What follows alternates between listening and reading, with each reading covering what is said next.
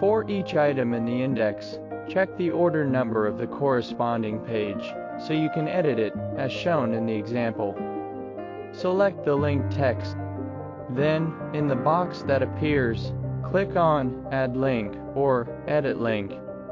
Then, select the page that will be linked to the link and click the Done button.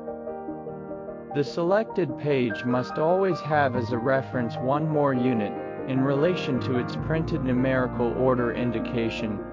This is because, for Canva, page numbering starts on the cover.